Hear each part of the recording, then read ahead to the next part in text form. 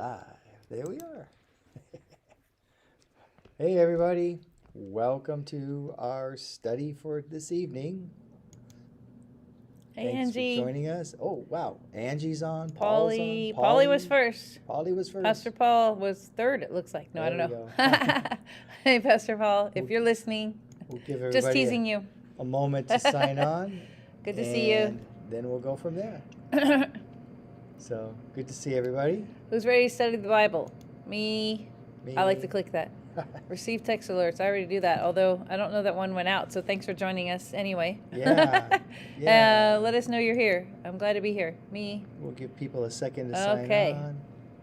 So we're going to go over the second half of Leviticus chapter 13 tonight. Leviticus 13. Yep. And it should be a good evening. So thanks for joining us. And let me get over this way. I know, something looks funny. Like, there we go. it looks like we're like lower than usual. Yeah. I don't know what happened. I decided to put the chair all the way up. I don't know. Maybe that's it. Yeah. Chairs now. Short people So- were in here. Oh yeah, short people were in here. Oh, that's what's Oh going yeah. on. Hang Maybe on. a little bit. That's There it. we go. Helps a little. Now we're Now there's a cooking. new subscribe button. Oh, subscribe button. Nice. Where? Okay. Where's See that? how it says red subscribe Oh yeah, look at that. right over there? Wow. So Pastor Paul has been working diligently to perfect what you see, and at least Right. on the web page there is a new subscribe button. So if you haven't already done that, I think you all have. But if you haven't, you can click on that. Robin. Robin, From Ojai. thanks for joining Good to us see you. from Ojai. 702. Yep. So good. Good. So we're going to finish up. Well, I should never say that. My goal is We're to gonna finish continue up. on. Yeah, we're just to finish. I don't up say we're chapter- going to finish up. We're going to Right. continue on. Our goal is to finish up move forward in Leviticus chapter. Leviticus 13. chapter 13, talking about leprosy. Yeah, and just a whole myriad of skin diseases, but beyond that, not just skin diseases, but we're going to talk about clothing and even buildings, if you will, or dwellings. Dwellings would be a better word. And the effect of mold and things like that. And so last week, if you were with us last week, you'll remember that we talked about the term used here in Leviticus 13 for the term that we've translated as leprosy actually encompasses all kinds of defect or damage or It's different kinds of skin diseases. skin diseases. It's a broader, so the term that in some translations Right. is leprosy doesn't mean just Hansen's disease, which Right. we think of as leprosy. Right. But it means it's some other kinds of skin diseases, Right. defects, lesions. skin Yeah, and lesions. sadly, because of that mistranslation of these actual words, the misery of actually having a Hansen's disease or leprosy and such has really been vastly exaggerated, if you will, to the detriment of many, many, many, many people. Hello, Miss Catherine. Catherine from Thanks for joining Texas. us. Good to see you. So Oh, I'm like off the screen. you're off the screen now. Now you're on the screen. There you go. Yeah. So, I think the camera got moved or The something. key thing, let me scooch closer. Pastor Paul moved the camera. Yeah, no, I'm so- kidding. I don't know. We'll scooch in a little closer. It's okay. We're married. We can do it. Okay, to each other. I know, but we So- don't have to sit this close usually. So. I I don't know. But I think one of the keys to Something changed it. understanding Leviticus 13 and this idea of leprosy was summarized by one of the commentators that we frequently refer to, Pastor Guzik. And Brian's on board. Hey, Brian. So Hi, real Brian. quickly, I just made a summary of that slide again.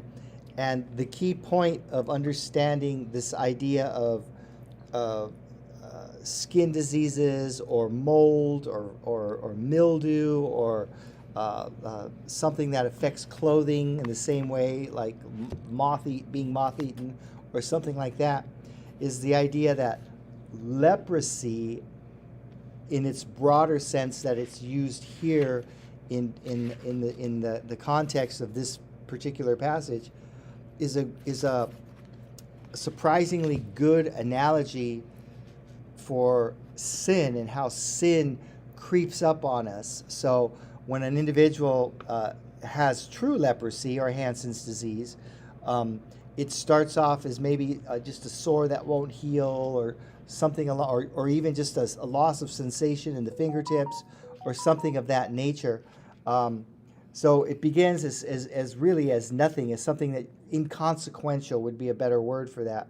Okay, and it's usually painless.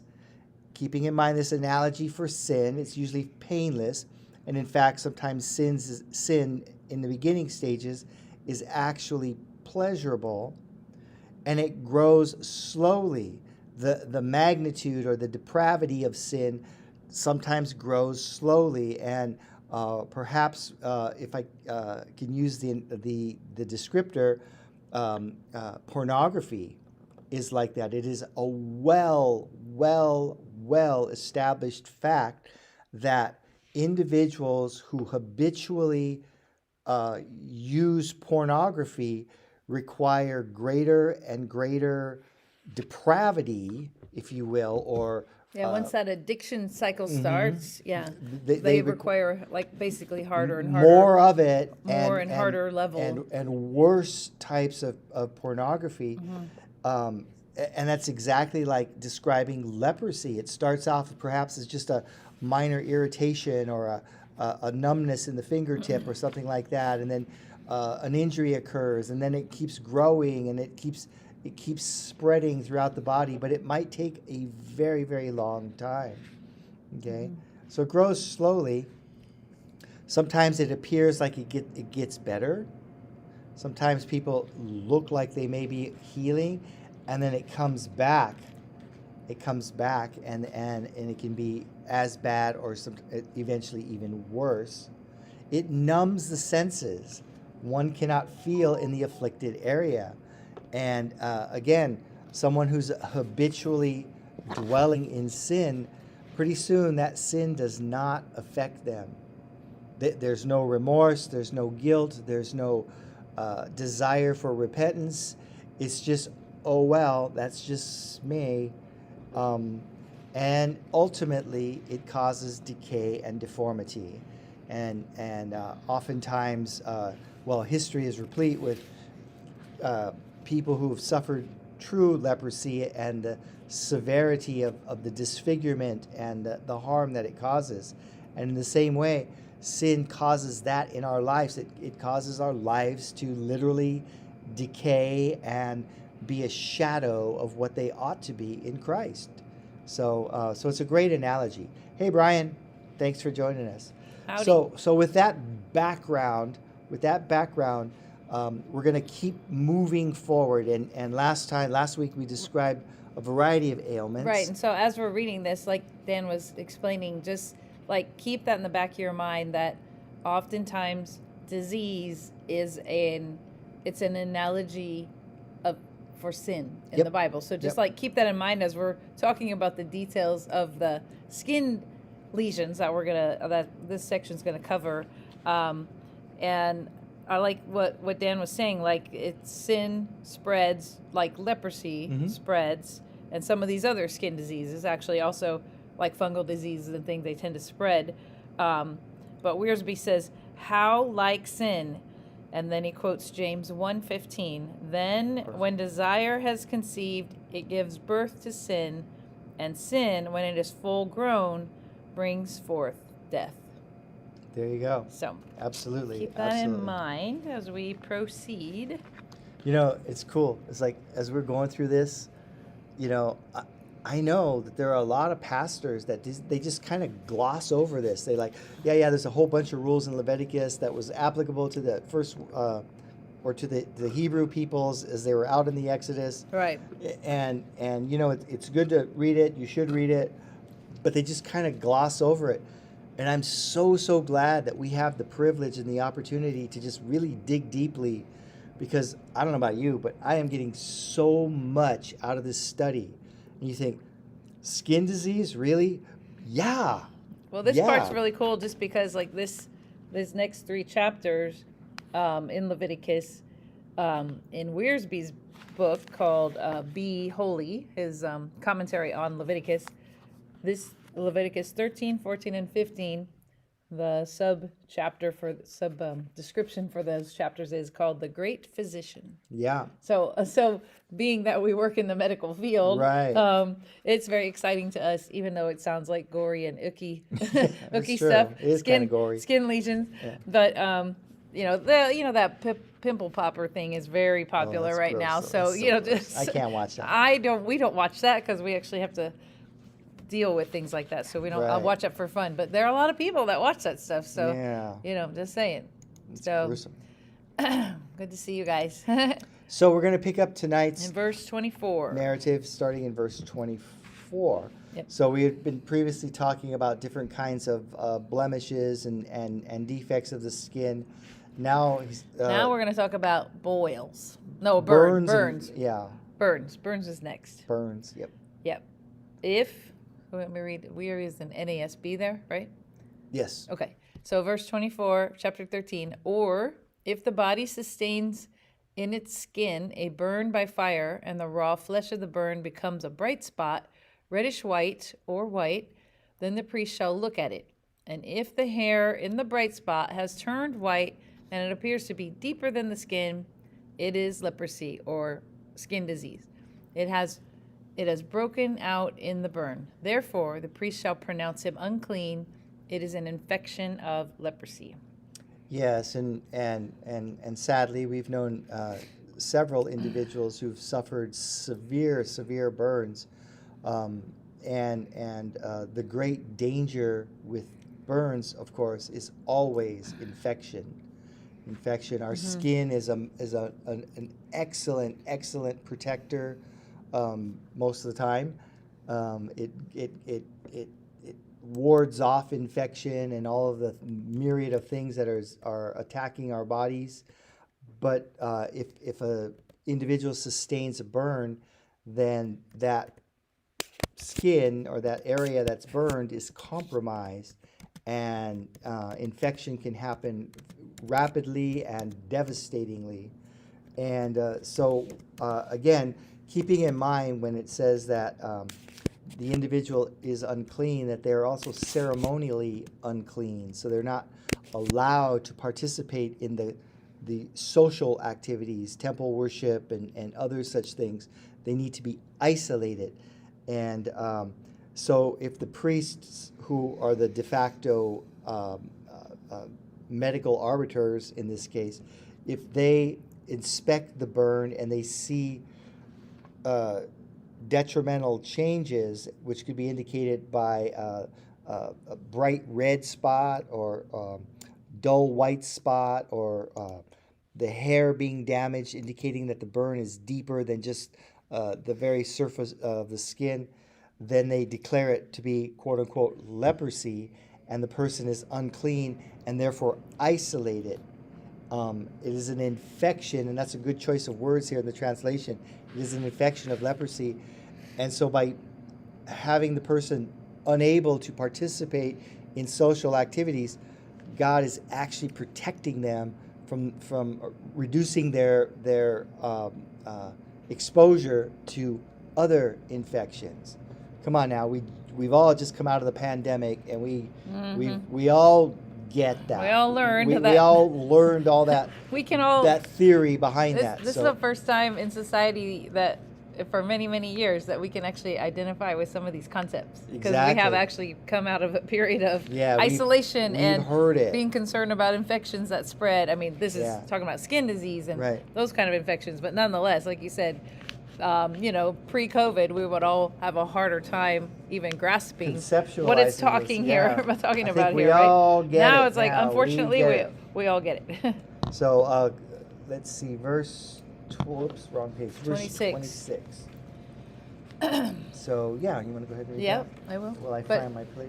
If the priest looks at it, and indeed there is no white hair in the bright spot, and it is no deeper than the skin, but is dim, then the priest shall isolate him for 7 days, and the priest shall look at look at him on the seventh day. If it spreads farther in the skin, then the priest shall pronounce him unclean. It is an infection of leprosy. So, yeah, so this is just talking about how there's the isolation and then a re-examination. So it's important to go to those rechecks for your doctor if you have a skin issue or whatever the issue is.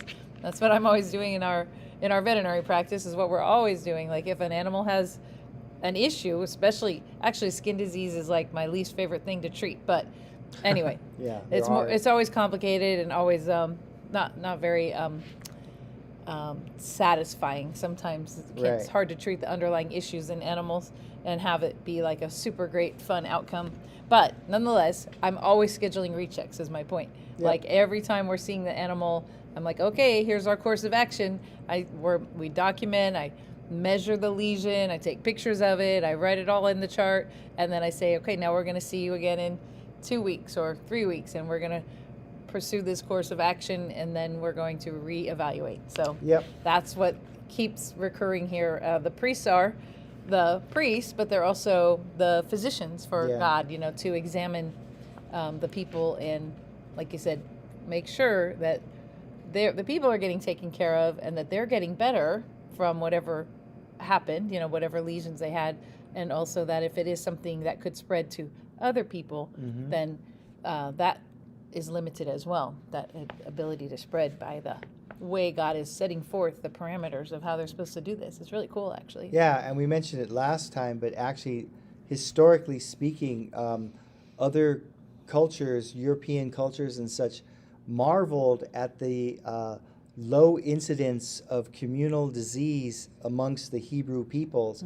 in part because they followed these regulations by God. Right.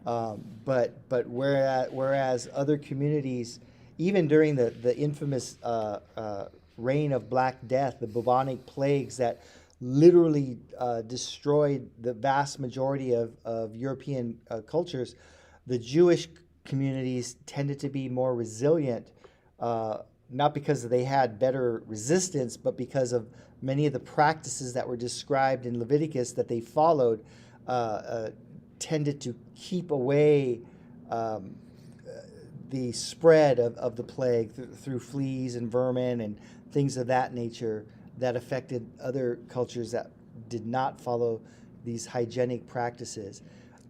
But as we said, the hygiene is secondary. These practices, the positive effect of hygiene, of good hygiene, is secondary to the real reason for all these edicts, is to keep the people, quote unquote, holy, separated and set apart to serve God. Right. So, next slide. Verse 28, but if the bright spot remains in its place and has not spread in the skin, but is dim, it is the swelling from the burn, and the priest shall pronounce him clean, for it is only the scar of the burn. And we all know that if you've ever been burned, you're very, very likely to have a scar. The skin will be disfigured at some point, and but you're healthy. I mean, the skin is as healthy as it's going to be. Right. It is definitely scarred, and you'll probably bear those scars for the rest of your life. But you are safe. You're not going to be more prone to infection, and you're definitely not going to spread infection or anything like that. So that. Then Sister Tammy was lowered herself into scalding hot water. No, Diana. Diana. Yeah, his sister Diana lowered herself into scalding hot water at one point in her life, and so her lower half of her body has a lot of scar tissue. Lots of and we see the white those scars. I mean, they've grown dimmer over the years, but I'm sure initially they were quite dramatic, the scars on her. Oh yeah, they were. Yeah. And I just saw, speaking of scars from like heat from a burn, I haven't watched it yet, but there's a documentary on Netflix about a volcano in New Zealand that erupted in 2019, and it's a tourist destination, part of a trip to New Zealand, and there were people on the island when it erupted. Wow. And they were interviewing people And this one, there's different people that were there that survived. I'm not sure if any of them died, but there was like a tourist party of maybe, it looked like 10, 15, maybe 20 people. And they're taking pictures, and this plume of smoke goes up, and they're like, wow, there was no noise, they said. It was just this big plume of smoke, and it's always a smoky, steamy place. So everyone was just taking pictures, and then there was a bang, and more stuff started happening. And then, so it took like there a few minutes and a few different smaller eruptions until they realized the volcano's actually erupting. And the people they were interviewing, there was this couple, it was their honeymoon, and almost every person, they were panning different people, short on the trailer. And it's called like Volcano. That's the name of the documentary, Rescue from whatever the name of the island is. I don't want to pretend to say it, Wakakara or something like that. But all the people, if you look carefully, they have scars on their face, pock marks like the size of small rocks. Oh. And the couple that they interviewed, it showed their hands. They were holding hands, and their skin on their hands and their arms is just completely scar tissue. Yeah. It's completely scar tissue. So it's like, oh my gosh, how horrifying to live. And they were like the rocks just burned through their clothing like in an instant, like from that volcano. So we all digress about scar tissue. We all know that people have been burned before, and this would have been burns would have been very common in a mobile society like the Hebrew peoples were at this point in their history. Fire was the only source of heat and light, so there would have been many accidents, and burn scars would have probably been extremely prevalent in that society, right? Just because of the lack of alternatives. Right. So this would have been actually probably a significant portion of what the priests were doing, examining people. Now the narrative switches just slightly. Still talking about external, quote unquote, leprosy, but now it takes on a slightly different focus. Verse 29. So, yeah. Now, if a man or woman has an infection on the head or on the beard, then the priest shall look at the infection, and if it appears to be deeper than the skin, and there is a thin yellowish hair in it, then the priest shall pronounce him unclean. It is a scale. It is leprosy of the head or the beard. Okay.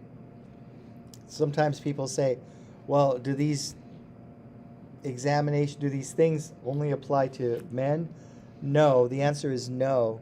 Right, because it says right here, man or woman. Yeah. So, yeah. So it applies to both. Now, clearly, beard, that would have been, but beard or face, You're facial area, and hair or scalp, we would say today. Right. And if there's a look at an infection and it appears deeper than the skin, with yellowish hair or pussy hair or something of that nature, then that individual is considered unclean, and it's called scale here. But the actual word means something that is crusty and flaky and is so annoying, like eczema or like you need head and psoriasis, yeah. that you're constantly scratching or something that is clearly bothersome to the individual. That's declared leprosy, and it's declared unclean, and the individual is to isolate. So verse 31. Yeah, and the NLT says if a man or woman has a sore on the head or the chin. So that's a nice beard, way chin, of translating that word that got translated beard. Can also be just said chin. So that way it's also like male or female, Right. Anyway, so verse 31, but if the priest looks at the infection of the scale, and indeed it appears to be no deeper than the skin, and there is no black hair in it, then the priest shall isolate the person with a scaly infection for 7 days. Giving it a chance to clear up. And in the NLT, they call it a scabby sore. Yeah. Instead of flaking, they're calling scale. It means scabby sore or something sores, that's flaky. Yeah. So, which can be, in the skin, infections can be very, very irritating and itchy. We see a lot of pot-bellied pigs with a lot of scale, flaking Yes, scale. we do. It's kind of a genetic thing with them. So Yeah. it doesn't always, in other species, mean something's wrong. True that. So you have to know what's normal in each species. Okay, verse 32. And on the 7th day, the priest shall look at the infection, and if the scale has not spread and no yellowish hair has grown in it, and the appearance of the scale is no deeper than the skin, then he shall shave himself, but he shall not shave the scale, and the priest shall isolate the person with the scale for 7 more days. So at first, if there was a yellow hair, they got isolated. Now if they look again and it's a black hair, dark hair, they still get isolated, but now they're going to shave around it if there's a beard or it's on the top of your head, so they can be seen and examined. Right. We do that all the time. I shave all everything. Kinds of things. So when people are like, look at this lump, I'm like, okay. I get out my clippers and I shave it, and then sometimes people are funny. They're like, oh, I didn't know you were going to, I'll tell them I'd like to shave it so we can really see what's going on, but they'll be like, oh, I didn't even think about that. Okay. And then we shave it, and then they're like, oh my gosh, that's a lot bigger than I thought. Exactly. Or we discover that there's color change, and there's different colors of hair on top of it. You don't even, the pigment of the skin is changing color, and the animals we treat, we're talking like dogs and cats, they have so much hair, it's covering all that detail. Right, so I'm really famous for always shaving things. And the change in color of hair that's mentioned frequently is oftentimes indicative that there's deeper tissue damage. So that's why it's brought up so frequently, just because there's a possibility that that the damage could be beyond the superficial layer. So, Lori Hoyt's on board. Hey, Lori Hoyt. Hi, Lori. Thanks Good to for see joining you. us. So, verse 34. We're going to keep going on. Then on the 7th day, the priest shall look at the scale, and if the scale has not spread in the skin and appears to be no deeper than the skin, the priest shall pronounce him clean, and he shall wash his clothes and be clean. So this person, though, was isolated for 7 days and then again for 7 days.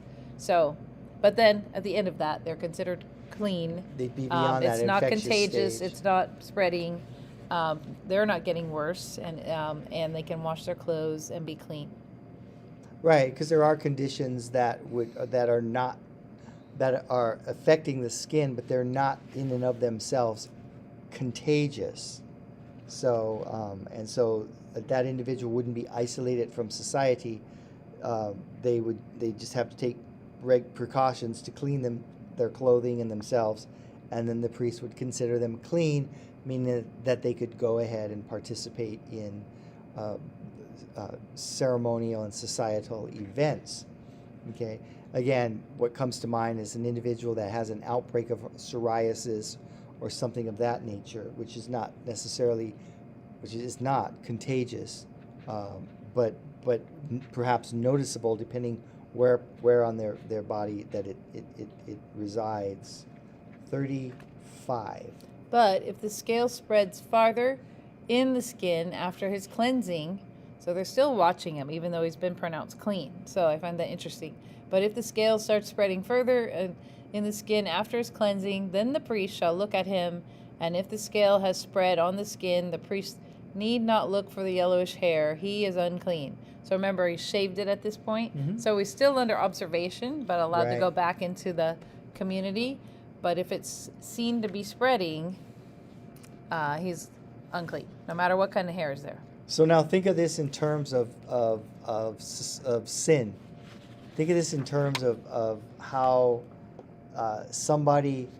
we all sin, we all fall off the wagon, so to speak. We all take a step back or do something that we didn't. So when that happens in a church group, in a healthy church group, the sin should be noted and it should be addressed. If the individual is truly repentant and truly makes an effort to confess their sin and acknowledge their sin, and it is addressed in a safe and healthy manner within the congregation, then the person is should be welcomed back into the fold. But if they sin again, if they step back again, then more serious steps need to be taken. Right. And that's spoken of in the New Testament also, in dealing with a brother or a sister that falls, if you will, momentarily. That they should be held accountable. The sin should be recognized, addressed, and they're welcomed back. But there's always there's a stipulation. But and wisely so. Your accountability must be set in place. Right. So to prevent that, but if that accountability shows you have not changed your ways, then you are considered unclean, so to speak. Okay, does that make sense? Right. Yeah. Yeah, exactly. Verse 37. If in his sight the scale has remained, however, and black hair has grown in it, the scale has healed, and he is clean, and the priest shall pronounce him clean. Okay, and again, some sins are going to have long-lasting effects. Some sins are going to stay with us for the rest of our lives. Okay, but the body, or the mind, or the whatever issue the sin caused begins to heal, then the church ought to pronounce the individual clean, and therefore they'll be allowed back into the fold, or into the fellowship, or whatever it is. If you want to think of it in those terms, this makes it so much more applicable to our real world situation here in the 21st century as opposed to 3,000 years ago. So, there are some sins that are going to leave scars. Mm-hmm. But we don't reject the individual out of hand if we see true healing taking place in that person's life. Mm-hmm. So, sadly, we know we can all, I'm sure, all of us can think of individuals whose lives were unalterably, or were completely changed due to a sin moment. Right. Right. But that doesn't mean that they're going to dwell in that sin forever, and if true change happens, they need to be welcomed back into to our culture. Right, as long as it's true, authentic healing change. As opposed healing, to not like a fake healing. Exactly. Which can also happen. So yep. That's why we have to pray over those people and pray for wisdom and discernment from the Holy Spirit. Verse 38. When a man or a woman has bright spots on the skin of the body, white bright spots, then the priest shall look, and if the bright spots on the skin of their bodies are a faint white, it is eczema that has broken out on the skin, and he is clean. Whoops. So sorry about that. So he is clean if eczema has broken out. So they're calling it a mild, non-contagious, non-serious skin disease. Right. So. Eczema wasn't identified in the biblical sense in that regard. That the effects of the disease and the signs and symptoms of the disease were known, but it wasn't called eczema. Right. Okay. In the NLT, they call it, instead of eczema, they just say this is a harmless skin rash, and the person is ceremonially clean. Yeah. This is something that they're going to carry with them, but it's not contagious. It's not worrisome. Okay. So things of that nature. So, verse 40. Man, we're flying. Mm-hmm. Now, if a man loses their hair of his head, he is only bald. He is clean. She looks at me. Exhibit A. She looks at me. And if his head becomes bald at the front and sides, he is bald on the forehead. He is clean. So no matter where he just loses the hair, it's not a sign of sin or serious skin disease. Well, we know that there are some serious diseases. Excuse me. We know that. Sorry about that. There are some skin diseases that indeed hair loss is a sign or a symptom of them. Metabolic diseases, all kinds of diseases, all kinds of external diseases too can cause hair loss. If you've ever seen a dog or a cat with mange, and there are types of mange that people can get. Okay, I don't know if it's called mange, but it's they can get parasitic infections, stuff like that. That can cause hair loss. Right. Okay. So I like how the NLT puts it. They say, if a man loses his hair and his head becomes bald, he is still ceremonially clean. In verse 41, it says, and if he loses hair on his forehead, he simply has a bald forehead. He is still clean. He's Like still that. clean. It's Right. funny. He simply has a bald forehead. Or as my friend Bill says, he says, Dan, you've gone from a 4-head to a 5-head. So so I'm like, yeah. I know. Mhm. But then verse 42, there's an exception. So right. we get there. So But baldness does not mean someone is sin-free, but Right. it doesn't necessarily mean it's a sign of sinfulness. right, exactly. So You're not more sin-free just Right. if you're bald. verse Okay. 42. Here Robin we go. has a comment. Robin says, was the average person allowed to confront another about an infection, or only the priest? Well, these people were being presented to the priest, or you would be presenting yourself to the priest, or if you saw this on, like a person might not see a lesion, like somebody might see it on if it's on the back of your neck or the back side of your body right. or something. They did have reflective surfaces at that time, but not like we do, like not all over. Remember they Right. were living in their tents. Right. So so I think like your neighbor or someone might help you identify that you had a lesion, but it would be going to the priest. The priest is making all the examinations and all the decisions. Exactly. Ready? Yes. I did that part, didn't I? But if the bald head or the bald forehead there occurs, if on the bald head or the bald forehead there occurs a reddish white infection, it is leprosy breaking out on his bald head or on his bald forehead. Again, so because hair loss could be indicative of something happening. Some people have even said, well, could this be indicative of skin cancer or something of that nature going on? Yeah, true. And it could actually. It could be desert environment, hot beating sun.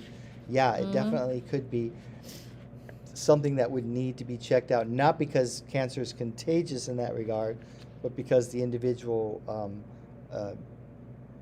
should probably not be around other people just exposed like that. So to take steps to protect themselves. So Robin says, but what if you notice someone trying to hide an infection? I don't know. We might get to what God says about that, but basically this is all being read to all of the people. Right. And so, and the people have agreed, remember, to do what God asks them to do and to try to be his people and stand out. So, God would deal with those people if they're being dishonest and not following the stipulations that he's put forth that they've Right. agreed to. Right. It's in their best interest to have this addressed because, they wouldn't want to be breaking the commandments of lying. Right. So they wouldn't want to do that. Right, So- exactly. So remember, they've all agreed to obey the 10 commandments, and that is thou shalt not lie, and that is honor God before anything else. Right. It's a good question, though. Yeah, Robert. good question. So, regarding baldness, the Hebrews had a special word for this type of baldness as opposed to the baldness on the top of the head. It is related the verb to be high. Again, he's talking about foreheads. To be high is always used in contrast with baldness on the top of the head. Compare the English expression to have a high forehead, or to have a 5-head, as my friend says. High forehead. Yeah, have a high forehead. And there are different types of baldness. I'm not bald, I just have a high forehead. Is that what you're saying? Yeah, basically. Oh, Yeah. okay. And it's funny It's because like I'm not chubby, I'm if just you look vertically up male challenged. pattern baldness, there's all these graphs and charts about like, well, what type of male pattern baldness do you have? And there's actually like a dozen different descriptors. That's funny. So it's kind of sad, but it's kind of Interesting. humorous too. Right.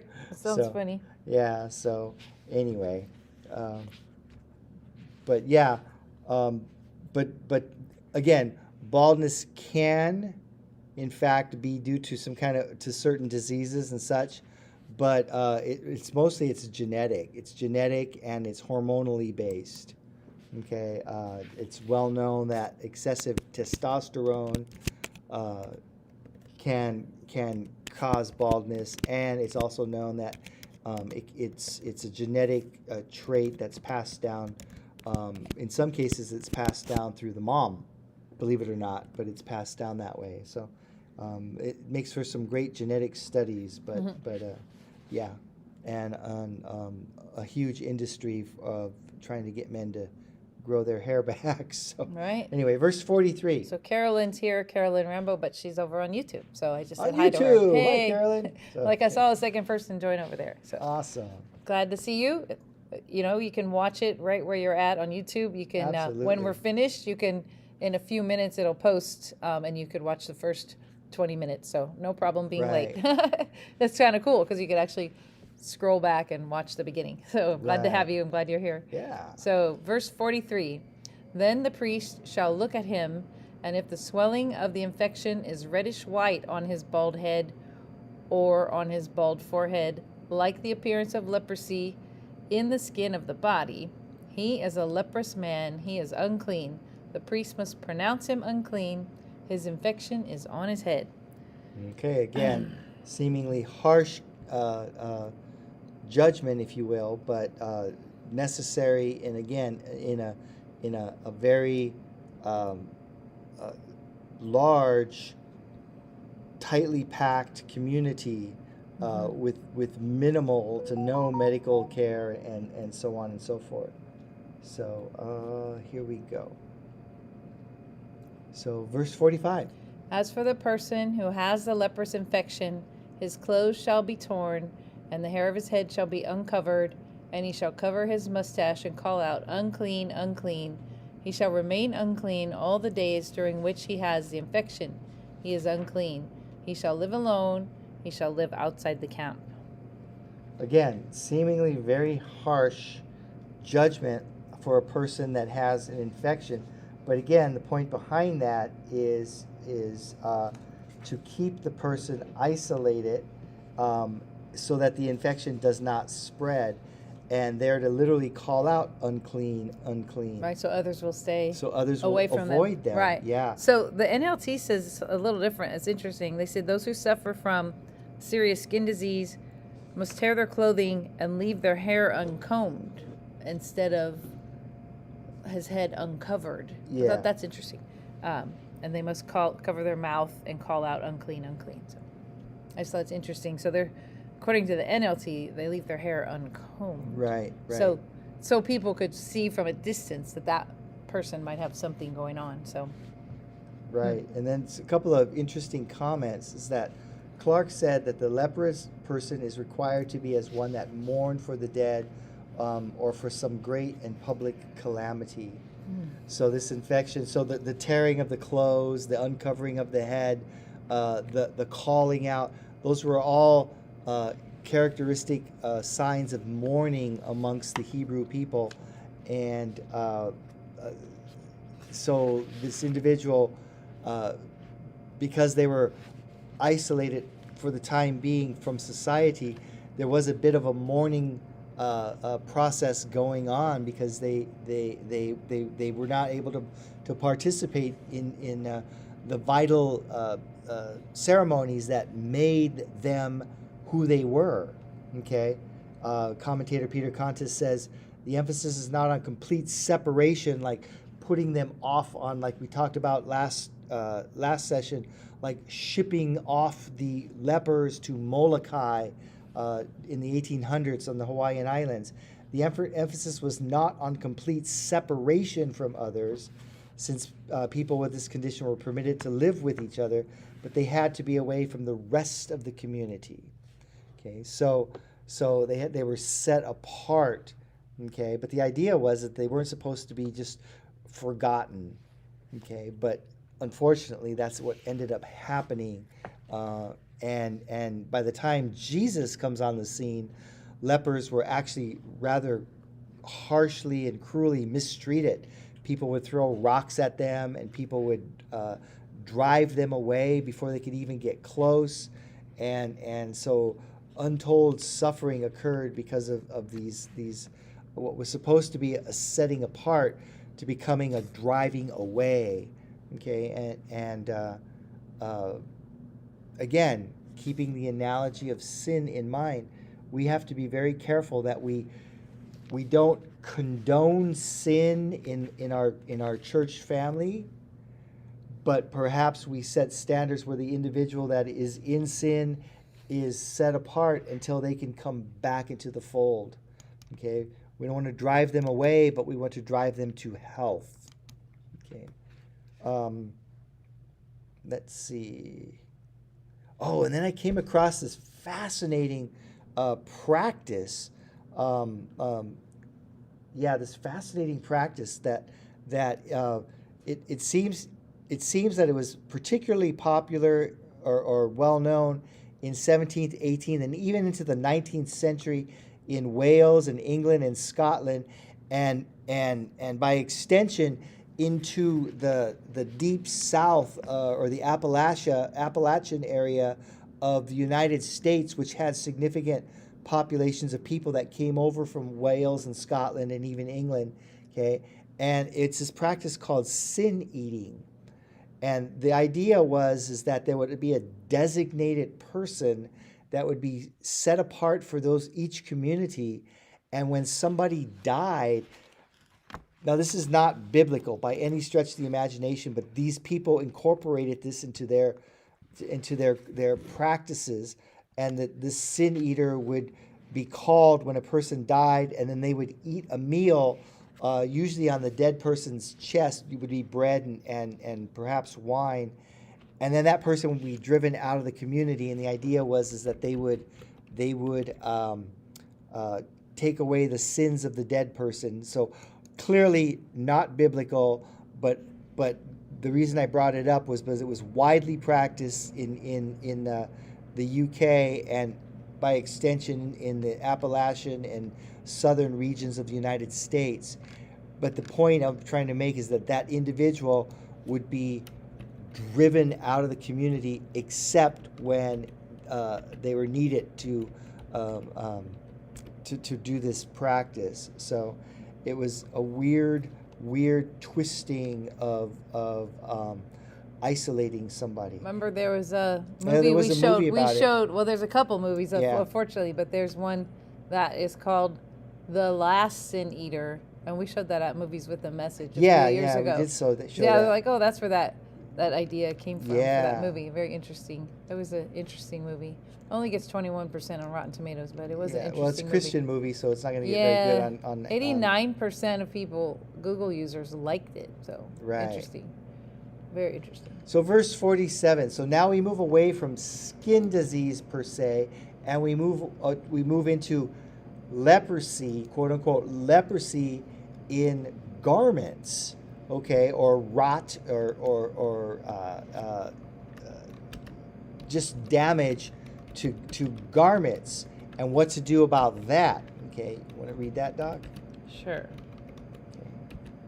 So verse 47, if you're following along. Verse 47. Go ahead. Oh, let me start. Let me do it. Okay. Verse 47. When a garment has a mark of leprosy in it, whether it is a wool garment or a linen garment, whether in warp or woof of linen or of wool, whether in leather or in any article made of leather, if the mark is greenish or reddish in the garment or in the leather, whether in the warp or in the woof or in any article of leather, it is a leprous mark, and it shall be shown to the priest. Okay. Again, keeping in mind that most people only owned a few items of clothing, and perhaps only one pair of leather footwear or something of that nature. So this would be a way for these damaged articles to be identified. But, excuse me. But we also know during this time period that by God's divine edict, that clothing and shoes did not wear out. They did not wear out. But remember that the peoples had brought things from Egypt with them. They had items of clothing that were given by the Egyptians, and so they brought them with them. So even though their basic fundamental daily wear did not wear out. So if people had in their possession items of wool or linen or leather, and they started noticing a type of dry rot or a type of fungus or a type of Mold or mold or mildew, yeah. mildew on it, they were to show it to the priest. And here we go. Oh, yeah, there's that. Some people might have questions about that term, warp and woof. Okay, we don't use that term very much anymore. Okay, but it is a real term. It's a term from weaving, and the warp is just the up and down, if you want to think of it that way, on a loom. If you want to think of the fibers that run top to bottom, and the weft would be, or the woof would be the fibers that would be intertwined or woven into the up or to the elongated fibers, and it would be the horizontal fibers would be the I just showed it bigger weft, for a minute. or the other word for it is woof. Okay, so perhaps most of us when we were kids we made pot holders on those little looms or something like that. Yeah. So yeah, same idea.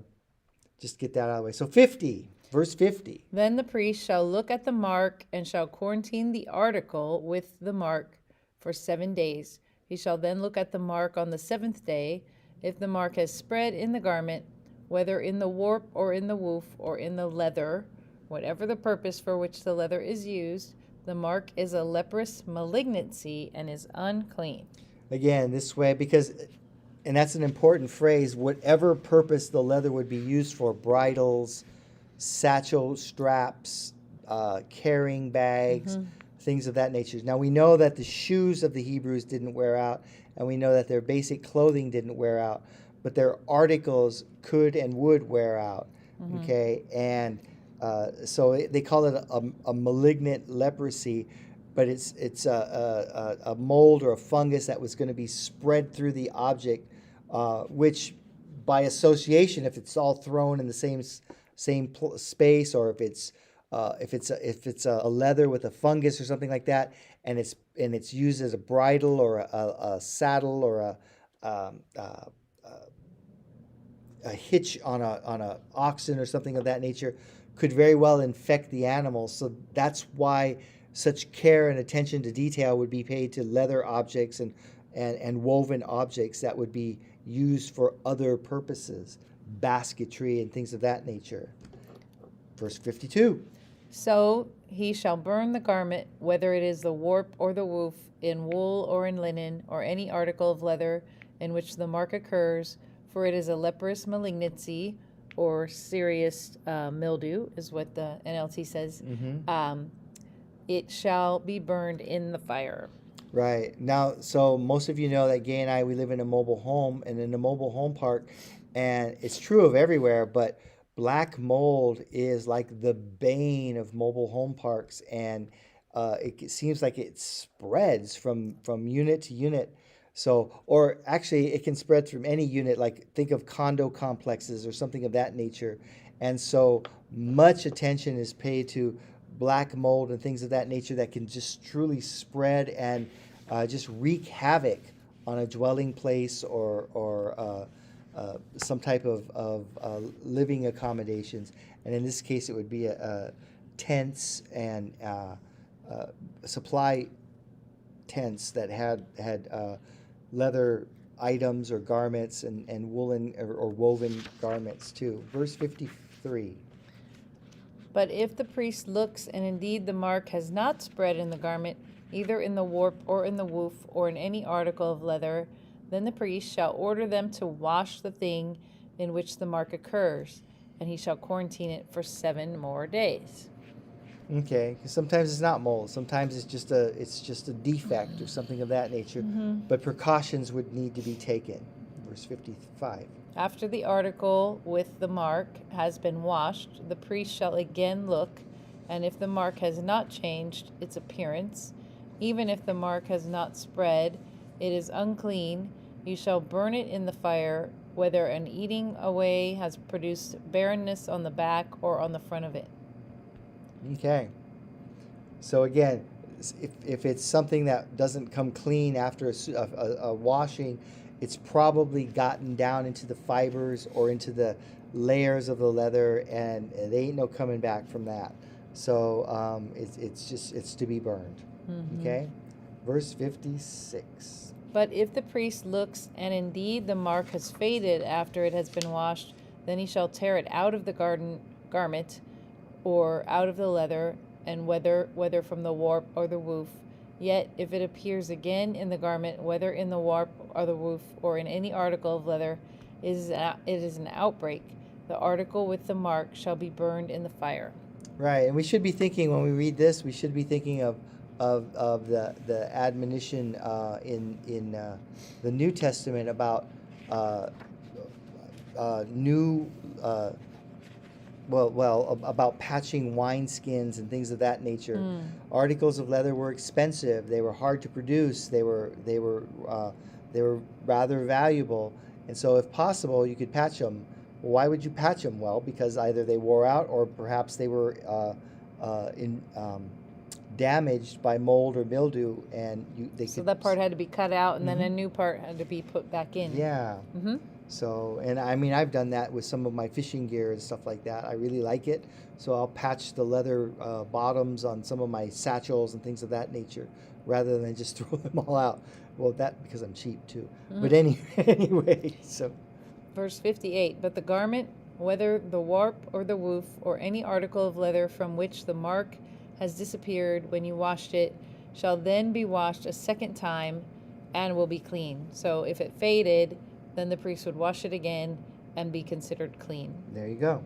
But if that mark comes back, then it's considered contaminated and has to be burned. And the chapter concludes with this. Verse 59, this is the law for the mark of leprosy in a garment of wool or linen, whether in the warp or in the woof, or in any article of leather, for pronouncing it clean or unclean. Okay, and why they keep reiterating that phrase, warp or woof, is sometimes different fabrics would be used for fabrics in one direction versus another direction. So, so they might not be the same fabric or the same source. So. Oh, like the threading going, the horizontal, the vertical threading or material would be different than the horizontal material. Yeah, so it would make a different, stronger garment or something like that. Yeah, So. and so there we come to the end of we did it. We got to the end of chapter 13. Wow. And again, lots of verses regarding this idea of quote unquote leprosy. And as we walk away from this chapter, keep in mind that the leprosy that's described in here applies to many kinds of defects, superficial defects, making sure that they are indeed superficial defects and not deeper than that. But the analogy is always towards sin. Right. Always towards why the focus, the emphasis on these defective or these defects in the skin or the garment or the material or something of that nature, because it reflects a deeper potential, deeper tie to sin. Right. I like, so Wearsby, through this whole chapter 13, he just has like these subcategories, and I just like we said at the beginning, remember that disease is often an analogy for sin. And in this chapter 13, the take-home messages are, bullet points are, sin is deeper than the skin, sin spreads, sin defiles, sin isolates, and sin is fit only for the fire. And there you go. There you go. And there you go. So I love how the Bible ties in so unlike anything that's ever been written before. The Bible just ties in so well. It's such internal consistency. It's absolutely amazing. It makes you want to become a dermatologist now? No, not really. Not really. So on that note, we All will right, bid guys. you adieu. We say good night. Planning on being here next week. Thank you for joining us. Thank you. Blessings Love to you you guys. all. Praying over you all week long. All So week long. hopefully we'll gather again soon, either here or in person or in heaven, right? There you go. And we will All right. see you later. Bye. Good night.